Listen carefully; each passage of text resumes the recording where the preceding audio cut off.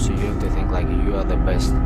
If you think, oh, I'm number 10, I'm number 15, you have to go home and sit down at home and watching UFC. This season, The Ultimate Fighter has been a huge deal to millions of fans. One fan Conor came across on social media apparently.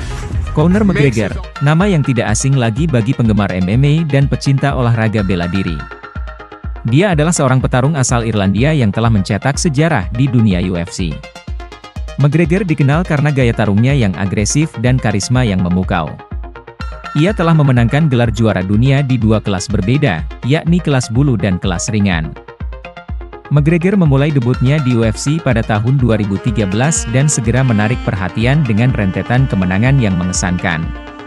Pada tahun 2015, ia berhasil merebut gelar juara dunia kelas bulu UFC dengan mengalahkan Jose Aldo dalam waktu kurang dari 15 detik. Kemenangan tersebut menjadikan McGregor sebagai petarung dengan rekor kemenangan tercepat dalam sejarah UFC. Tidak puas dengan itu, McGregor kemudian memutuskan untuk naik ke kelas ringan. Pada tahun 2016, dia berhasil merebut gelar juara dunia kelas ringan dengan mengalahkan Eddie Alvarez. Dengan demikian, McGregor menjadi petarung pertama dalam sejarah UFC yang memegang dua gelar juara dunia di dua kelas berbeda secara bersamaan. McGregor tidak hanya dikenal karena prestasinya di atas oktagon, tetapi juga karena kepribadiannya yang kontroversial. Ia sering terlibat konflik verbal dengan lawan-lawannya sebelum pertandingan, menciptakan suasana yang panas dan menarik bagi para penggemar. Salah satu rivalitas paling keras yang pernah ia alami adalah dengan petarung asal Rusia, Khabib Nurmagomedov. Pertarungan antara McGregor dan Nurmagomedov berlangsung pada Oktober 2018 dalam acara UFC 229. Sebelum pertandingan, keduanya terlibat dalam perang kata-kata dan insiden-insiden yang memanas. Pertarungan itu sendiri diakhiri dengan kemenangan Nurmagomedov melalui submission pada ronde keempat. Namun, pertarungan itu tidak berakhir damai. Setelah kemenangan Nurmagomedov, terobos di dalam dan di luar oktagon antara kedua kubu. Setelah pertarungan kontroversial tersebut, McGregor mengalami cedera serius pada kaki yang membuatnya absen dari dunia UFC selama beberapa waktu.